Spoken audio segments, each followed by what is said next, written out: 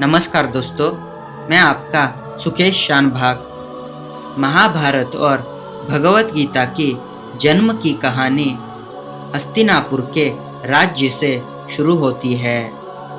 हस्तिनापुर के राजवंश में दो प्रमुख परिवार जन्म लेते हैं, पांडव और कौरव। पांडव हस्तिनापुर के राजा पांडु के 5 पुत्र थे, युधिष्ठिर, भीम, अर्जुन, नकुल और सहदेव। पांडव धर्म, सत्य और न्याय के पक्ष में थे। राजा पांडु का निधन ऋषि किंदम के शाप के कारण से हो जाता है। पांडु की मृत्यु के बाद उनके भाई धृतराष्ट्र हस्तिनापुर के राजा बनते हैं। कौरव धृतराष्ट्र के 100 पुत्र थे।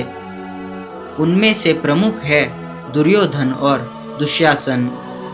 इनमें दुर्योधन राजा का पुत्र होने के अहंकार और राज्य के प्रति अत्यधिक मोह के कारण से पांडवों के प्रति द्वेष रखने लगता है। बचपन से ही कौरव पांडवों से ईर्ष्या करते थे। विशेष रूप से कौरवों में सबसे बड़े दुर्योधन पांडवों की शक्ति और लोकप्रियता को सहन नहीं कर पाते थे। कौरव पांडवों को मारने की योजना बनाते हैं। वे लक्षाग्रह बनाते हैं और पांडवों के अंदर होने पर उसे आग लगाने की कोशिश करते हैं, लेकिन पांडव उससे बच निकलते हैं। बाद में अर्जुन द्रौपदी को स्वयंवर में जीतकर विवाह करते हैं। उसके बाद द्रौपदी 5 पांडवों की पत्नी बन जाती है।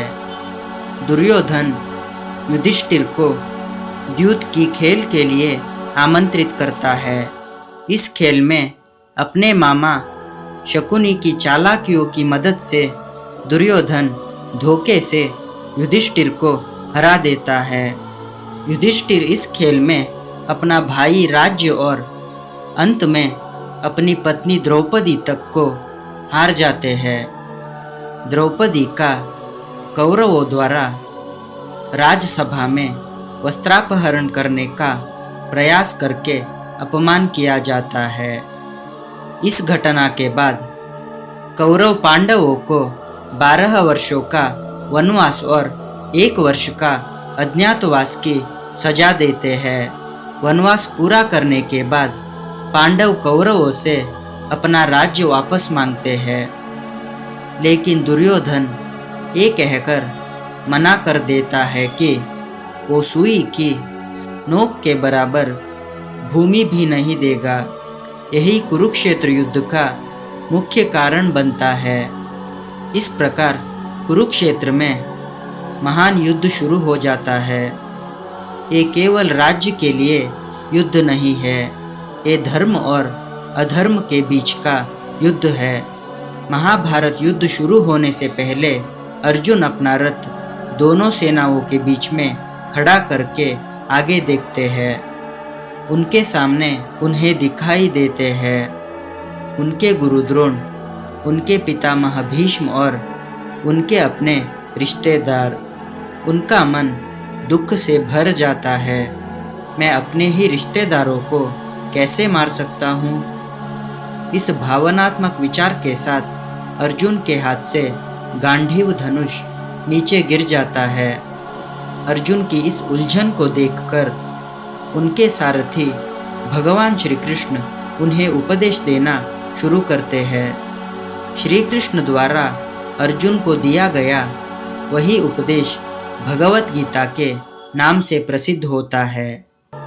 अंत में अर्जुन अपनी उलझन से बाहर आकर साहस के साथ युद्ध के लिए तैयार हो जाते हैं।